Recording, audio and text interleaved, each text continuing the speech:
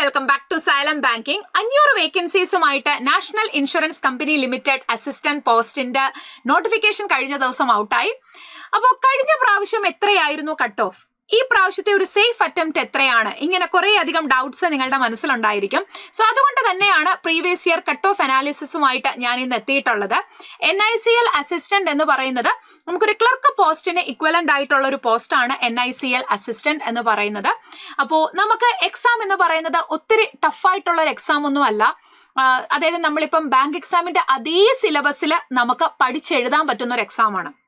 ഇപ്പൊ ഈ total 500 vacancy എന്ന് പറയുന്നത് പാൻ ഇന്ത്യ വേക്കൻസി, എല്ലാ സ്റ്റേറ്റും കൂടെ നോക്കിയിട്ടാണ്. സ്റ്റേറ്റ് വൈസ് വേക്കൻസീസ് ആണ് വന്നിട്ടുള്ളത്. നമുക്കിപ്പം കേരളത്തിൽ മാത്രം നോക്കിയാൽ 35 വേക്കൻസിയാണ് NICL അസിസ്റ്റന്റിനുള്ളത്. അപ്പൊ നിങ്ങൾ 35 വേക്കൻസി അല്ലേ ഉള്ളൂ എന്ന് നിങ്ങൾ ചിന്തിക്കുമായിരിക്കും. പക്ഷേ നമ്മളെ സംബന്ധിച്ച് നമുക്ക് ബാങ്ക് ആൻഡ് ഇൻഷുറൻസ് എക്സാമിന്റെ എല്ലാം സിലബസ് സെയിം ആണ്. നമ്മളിപ്പോൾ ഓൾറെഡി പല എക്സാംസിന് വേണ്ടിയിട്ടുള്ള പ്രിപ്പറേഷനിലാണ് അല്ലെ. ഇപ്പൊ ആദ്യം SBIPO വരാനുണ്ട്. 1500 വേക്കൻസീസുമായിട്ട് SBIPOയുടെ നോട്ടിഫിക്കേഷൻ വന്നിട്ടുണ്ട്. അതിനുശേഷം IBPSPയുടെ നോട്ടിഫിക്കേഷൻ വന്നു.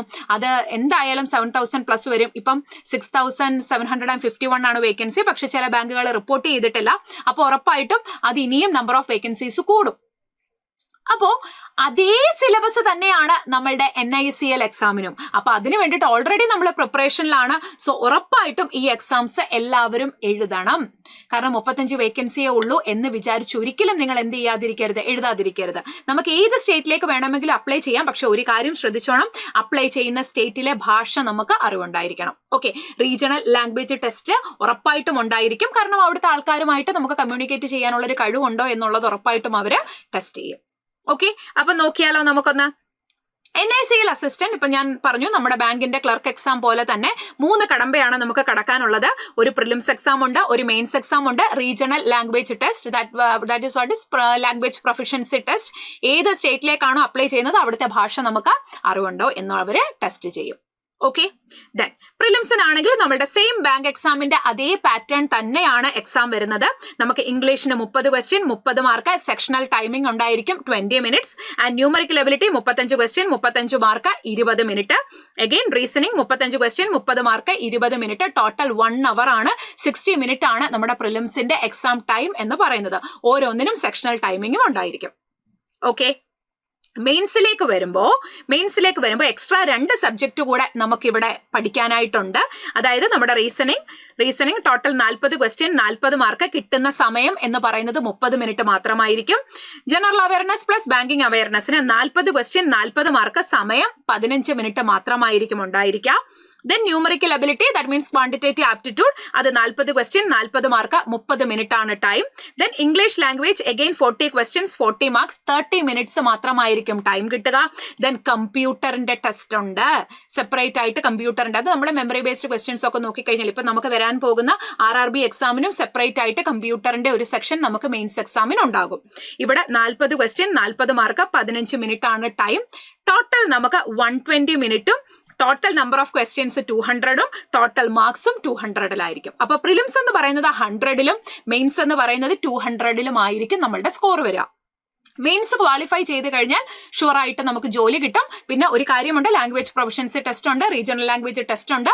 അത് മനസ്സിലുണ്ടായിരിക്കണം. ഭാഷ നമുക്കറിയാമെങ്കിൽ പിന്നെ ടെൻഷന്റെ ആവശ്യം നമുക്ക് ഇല്ല.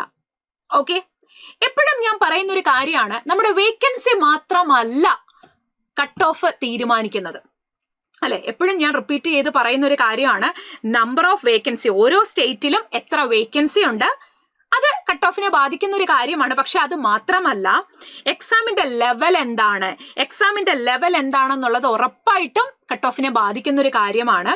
അതേപോലെ തന്നെ എത്ര ആസ്പിറൻസ് എക്സാം എഴുതി, ഈ 3 കാര്യങ്ങളെ ഡിപ്പെൻഡ് ചെയ്തിട്ടാണ് നമ്മുടെ കട്ട് ഓഫ് എത്രയായിരിക്കും എന്ന് തീരുമാനിക്കുന്നത്.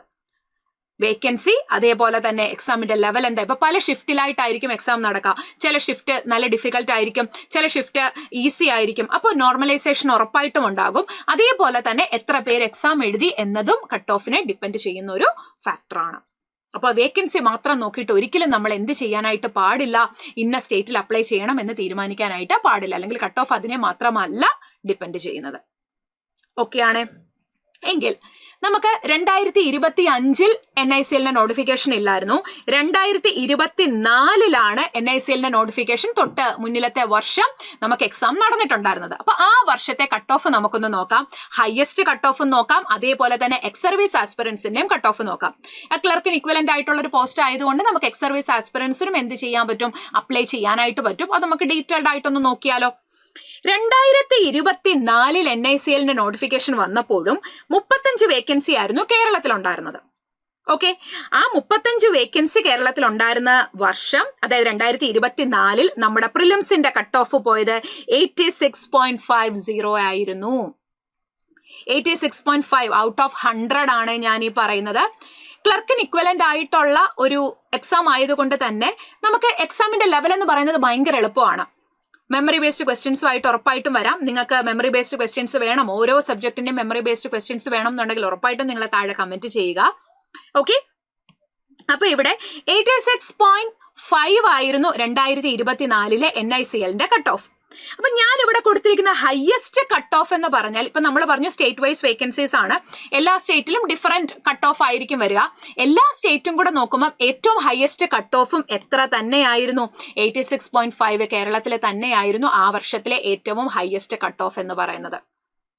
എക്സ് സർവീസിന്റെ കട്ട് ഓഫ് എന്ന് പറയുന്നത് 43.50 ആയിരുന്നു. പ്രിലിംസിന്റെ കട്ട് ഓഫ് ആണ് ഈ പറയുന്നത്. എക്സ് സർവീസിന്റെ 2024 NICL അസിസ്റ്റന്റിന്റെ പ്രിലിംസിന്റെ കട്ട് ഓഫ് എന്ന് പറയുന്നത് 43.50 ആയിരുന്നു. അപ്പൊ 86.50 ആയിരുന്നു ആ വർഷത്തെ ഹയസ്റ്റ് കട്ട് ഓഫും അത് തന്നെയായിരുന്നു. അതേപോലെ തന്നെ കേരളത്തിന്റെ കട്ട് ഓഫും 86.50 തന്നെയായിരുന്നു. ഓക്കെ, എങ്കിലും മെയിൻസിന്റെ നമുക്കൊന്ന് നോക്കിയാലോ. മെയിൻസിലേക്ക് വരുമ്പോ ഔട്ട് ഓഫ് 200 2024 മെയിൻസിന്റെ കട്ട് ഓഫ് എന്ന് പറയുന്നത് 122 ആയിരുന്നു. ആ 122 തന്നെയാണ് ആ വർഷത്തിലെ ഏറ്റവും ഹയസ്റ്റ് കട്ട് ഓഫ് എന്ന് പറയുന്നത്, ഔട്ട് ഓഫ് 200. അപ്പോ കേരളത്തിൽ തന്നെയായിരുന്നു കഴിഞ്ഞ പ്രാവശ്യം പ്രിലിംസിന്റെ നോക്കിയാലും മെയിൻസിന്റെ നോക്കിയാലും ഹയസ്റ്റ് കട്ട് ഓഫ് വന്നിട്ടുണ്ടായിരുന്നത്. അത് പ്രിലിംസ് ആണെങ്കിൽ 86.5 മെയിൻസ് ആണെങ്കിൽ 122. എക്സ് സർവീസിന്റെ കേസ് പറയുകയാണ് എന്നുണ്ടെങ്കിൽ 105 കട്ട് ഓഫ് വന്നിട്ടുണ്ടായിരുന്നത്. അപ്പോൾ നമുക്ക് ഒത്തിരി കുറവൊന്നുമല്ല. ഇപ്പൊ SBIയുടെ കേസൊക്കെ പറയുമ്പോൾ നമ്മൾ ഒരു 60 ഒക്കെ പറയും. പക്ഷേ NICL അസിസ്റ്റന്റിന്റെ കേസിൽ എക്സ് സർവീസിന്റെ കട്ട് ഓഫ് വന്നത് 105. അപ്പോൾ ഇത് കേൾക്കുമ്പോൾ നിങ്ങൾ അയ്യോ ഇത്രയും ഹയസ്റ്റ് കട്ട് ഓഫ് ഒക്കെ പോകുമോ? എക്സാം പ്രിലിംസിന്റെ കേസൊക്കെ പറയുകയാണെങ്കിൽ എക്സാം ഈസിയാണ്, ബട്ട് നമുക്ക് ഹൈ കട്ട് ഓഫ് ആയിരുന്നു. അപ്പോൾ ഈ പ്രാവശ്യവും നമ്മൾ അത് തന്നെ എക്സ്പെക്ട് ചെയ്യുക എന്നാണ് എനിക്ക് എല്ലാവരോടും പറയാനുള്ളത്. അപ്പൊ എത്രയാണ് സേഫ് അറ്റംപ്റ്റ് എന്ന് ചോദിച്ചാൽ 100% ആക്യുറസിയോട് കൂടി ഈ കഴിഞ്ഞ പ്രാവശ്യത്തെ കട്ട് ഓഫ് പ്ലസ് അറ്റംപ്റ്റ് നിങ്ങൾക്ക് ഉണ്ടായിരിക്കണം വിത്ത് 100% ആക്യുറസി. ഇപ്പൊ നിങ്ങൾ ഇവിടെ പ്രിലിംസിന് 86.5 കഴിഞ്ഞ പ്രാവശ്യം വന്നു, അതാണ് ഹയസ്റ്റ് കട്ട് ഓഫ്. NICLന്റെ വന്നതിൽ ഏറ്റവും ഹയസ്റ്റ് കട്ട് ഓഫ് 86.5 ആണെങ്കിൽ അത്രയും പ്ലസ് അറ്റംപ്റ്റ് നിങ്ങൾക്ക് 100% ആക്യുറസിയിൽ ഉണ്ടായിരിക്കണം. അല്ലെങ്കിൽ ഒരു 90+ അറ്റംപ്റ്റ് നിങ്ങൾക്ക് ഉറപ്പായിട്ടും ഉണ്ടായിരിക്കണം. ഓക്കെ, ഏറ്റവും ഹയസ്റ്റ് കട്ട് ഓഫ് വന്നത് ആ വർഷം അതായതുകൊണ്ട് അതിനേക്കാൾ കൂടാൻ മേ ബി ഇനി നമുക്കറിയില്ല എത്ര ആപ്ലിക്കൻസ് ഉണ്ട്, ഇതെല്ലാം ഡിപ്പെൻഡ് ചെയ്യുന്ന ഒരു ഫാക്ടറാണ്. സോ സേഫ് ആയിട്ട് നമുക്കൊരു 90+ അറ്റംപ്റ്റ് പറയാം. അയ്യോ 90 മേടിച്ചെടുക്കാൻ പറ്റും, ഷുവർ ആയിട്ടും പറ്റും. NICL അസിസ്റ്റന്റ് ആണ്, ക്വസ്റ്റ്യൻസിന്റെ ലെവൽ ഭയങ്കര എളുപ്പമാണ്. പക്ഷേ 100% ആക്യുറസിയോട് കൂടി നിങ്ങൾക്ക് എന്ത് ചെയ്യാൻ പറ്റണം, ചെയ്യാനായിട്ട് പറ്റണം. ആൻഡ് ഓൾസോ മെയിൻസിനും 122 ആണ് ഹയസ്റ്റ് കട്ട് ഓഫ് വന്നത്, കേരളത്തിലും 122 തന്നെയായിരുന്നു. സോ എന്തായാലും ഒരു 130+ അറ്റംപ്റ്റ് 100% ആക്യുറസിയോട് കൂടി നിങ്ങൾക്ക് ഉണ്ടെങ്കിൽ മാത്രമേ ഇത് ക്രാക്ക് ചെയ്യാനായിട്ട് പറ്റുള്ളൂ.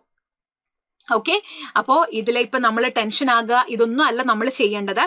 നമ്മൾ നല്ല വൃത്തിയായിട്ട് പഠിക്കുക, നന്നായിട്ട് പ്രാക്ടീസ് ചെയ്യുക, മോക്കെടുക്കുക. ഇതൊക്കെയാണ് നമ്മൾ ഇപ്പൊ ചെയ്യേണ്ട കാര്യം. ഓൾറെഡി നിങ്ങൾ പ്രിപ്പറേഷനില്ല അല്ലെ. ഇനി ഇപ്പൊ നിങ്ങൾ ബിഗിനേഴ്സ് ഉണ്ടെങ്കിൽ ഒന്നേന്ന് സ്റ്റാർട്ട് ചെയ്യുക. അയ്യോ ഇനി കുറച്ച് ദിവസമല്ലേ ഉള്ള എക്സാമിന്, അങ്ങനെ ചിന്തിച്ചിരിക്കുകയല്ല വേണ്ടത്. ഇത് കഴിഞ്ഞ് ഇനി ഒരുപാട് എക്സാംസ് വരാനുണ്ട് അല്ലെ. SBI PO, IBPS PO, SBI clerk, അതിനുശേഷം NICL assistant, then IBPS clerk, RRB PO, RRB clerk, ഇതെല്ലാം ഇതിനിടയിൽ ഇത് കൂടാതെ LBO എക്സാംസും IDBI അങ്ങനെ കുറെ എക്സാംസ് വരാനുണ്ട്. ഇതിനെല്ലാത്തിനും ഒറ്റ സിലബസാണ്. അതുകൊണ്ട് തന്നെ 100% നിങ്ങൾ എഴുതണം എന്ന് തന്നെ പറയും. എക്സാം എഴുതി നമുക്ക് കിട്ടുന്ന ഒരു എക്സ്പീരിയൻസിൽ നിന്നാണ് ഉറപ്പായിട്ടും നമുക്ക് എക്സാംസ് ക്രാക്ക് ചെയ്യാനായിട്ട് പറ്റുക. Okay, yes. അപ്പൊ ഇതിന്റെ മെമ്മറി ബേസ്ഡ് ക്വസ്റ്റ്യൻസിന്റെ ക്ലാസ്സസ് ഉറപ്പായിട്ടും നിങ്ങൾക്ക് വേണം എന്നുണ്ടെങ്കിൽ താഴെ കമന്റ് ചെയ്യുക. പിന്നെ ഒരുപാട് ആസ്പിറൻസ് നമ്മളോട് ചോദിക്കുന്നുണ്ട് നമ്മളുടെ ബാച്ചിനെ പറ്റിയിട്ട് നമുക്ക് മെയിൻസിന് വേണ്ടിയിട്ട് മാത്രം എക്സ്ക്ലൂസീവ് ആയിട്ട് നമ്മളൊരു ബാച്ച് സ്റ്റാർട്ട് ചെയ്തിട്ടുണ്ട്. മെയിൻസ് ബൂസ്റ്റർ ബാച്ച് 3.0 കംപ്ലീറ്റ് മെയിൻസിന്റെ സിലബസ് കവർ ചെയ്ത് എല്ലാ മെയിൻസ് എക്സാംസിനും വേണ്ടിയിട്ടുള്ള പ്രാക്ടീസ് സെറ്റ് ഉറപ്പായിട്ടും ഈ ഒരു ബാച്ചിലൂടെ നമ്മൾ നിങ്ങൾക്ക് പ്രൊവൈഡ് ചെയ്യുന്നതായിരിക്കും. ആൻഡ് ഓൾസോ നിങ്ങൾക്ക് മെയിൻസ് ക്ലിയർ ചെയ്ത് കഴിഞ്ഞാൽ ഇന്റർവ്യൂവിനും ഗ്രൂപ്പ് ഡിസ്കഷനും ഒക്കെ ഉള്ള ഒരു സപ്പോർട്ടും നമ്മൾ ഈ ഒരു ബാച്ചിലൂടെ നിങ്ങൾക്ക് പ്രൊവൈഡ് ചെയ്യും. ഓക്കെ, ദെൻ ബേസ് മുതലുള്ള ബാച്ചിൽ ജോയിൻ ചെയ്യണം, അല്ലെങ്കിൽ ബേസ് മുതലുള്ള ബാച്ചിലാണ് ഞങ്ങൾക്ക് ജോയിൻ ചെയ്യേണ്ടതെന്നുണ്ടെങ്കിൽ നമ്മൾ ഓൾറെഡി ഒരു IBPS PU and clerk batch നമ്മൾ സ്റ്റാർട്ട് ചെയ്തിട്ടുണ്ട്. അപ്പോൾ അതിന്റെ ക്ലാസ്സസ് കുറച്ചായി. അപ്പൊ നിങ്ങൾക്ക് അത് റെക്കോർഡഡ് സെഷൻസ് കാണാൻ ഓക്കെ ആണെന്നുണ്ടെങ്കിൽ നിങ്ങൾക്ക് അതിൽ ജോയിൻ ചെയ്യാം. ഇനി നിങ്ങൾക്ക് ബിഗിനേഴ്സ് ആയിട്ട്, അതായത് സ്റ്റാർട്ടിങ് തൊട്ട് തന്നെ ലൈവായിട്ട് ക്ലാസ്സസ് കാണണം എന്നുണ്ടെങ്കിൽ നമ്മൾ അടുത്ത RRB PU ആൻഡ് ക്ലർക്ക് ബാച്ചിന് വേണ്ടിയിട്ട് ഒരു ന്യൂ ബാച്ചുമായിട്ട് നമ്മൾ ഉടനെ വരുന്നുണ്ട്. അപ്പൊ ഇതിൽ ജോയിൻ ചെയ്താൽ കുറെ അധികം റെക്കോർഡഡ് സെഷൻസ് ഉണ്ടാകും. അതായത് കഴിഞ്ഞു പോയ ക്ലാസ്സസിന്റെ എല്ലാം റെക്കോർഡഡ് സെഷൻസ് നിങ്ങൾക്ക് അവൈലബിൾ ആയിരിക്കും. പക്ഷെ അതെല്ലാം കൂടെ ഞങ്ങൾക്ക് ഒരുമിച്ച് കാണാൻ ബുദ്ധിമുട്ടാണ്. ഞങ്ങൾക്ക് ഓരോരോ ദിവസമായിട്ട് ലൈവിൽ തന്നെ ന്യൂ ഫ്രഷ് ആയിട്ട് ഒരു ബാച്ച് എപ്പോഴാണ് സ്റ്റാർട്ട് ചെയ്യുന്നതെന്ന് ഒരുപാട് പേര് ചോദിക്കുന്നുണ്ട്. So RRB PU and clerk exam focus ചെയ്ത് നമ്മൾ അടുത്തൊരു ബാച്ചുമായിട്ട് ഉടനെ ഈ ഒരു വിത്തിൻ 2 വീക്സ് നമ്മൾ വരുന്നുണ്ട്. സോ അങ്ങനെ ഉണ്ടെങ്കിൽ നിങ്ങൾക്ക് അതിൽ ജോയിൻ ചെയ്യാം. ഓഫ്ലൈൻ ഉണ്ടോ എന്ന് ചോദിക്കുന്നുണ്ട്. യെസ്, നമുക്ക് ഓഫ്ലൈൻ ബാച്ച് ഉണ്ട്. ഉടനെ അടുത്ത ബാച്ച് നമ്മൾ സ്റ്റാർട്ട് ചെയ്യാണ്. സോ ഓൺലൈൻ ആണെങ്കിലും ഓഫ്ലൈൻ ആണെങ്കിലും എന്തെങ്കിലും ഒരു ഡൗട്ട് ആൻഡ് കൺസേൺ നിങ്ങൾക്ക് ഉണ്ടെങ്കിൽ ഈ ഒരു നമ്പറിൽ കോൺടാക്ട് ചെയ്യുക, അല്ലെങ്കിൽ താഴെ കമന്റ് ചെയ്യുക. ഉറപ്പായിട്ടും നമ്മൾ നിങ്ങളെ തിരിച്ച് കോൺടാക്ട് ചെയ്യുന്നതായിരിക്കും. Okay, so wish you all the very best. നന്നായിട്ട് പ്രിപ്പയർ ചെയ്യുക. നമുക്ക് വീണ്ടും കാണാം.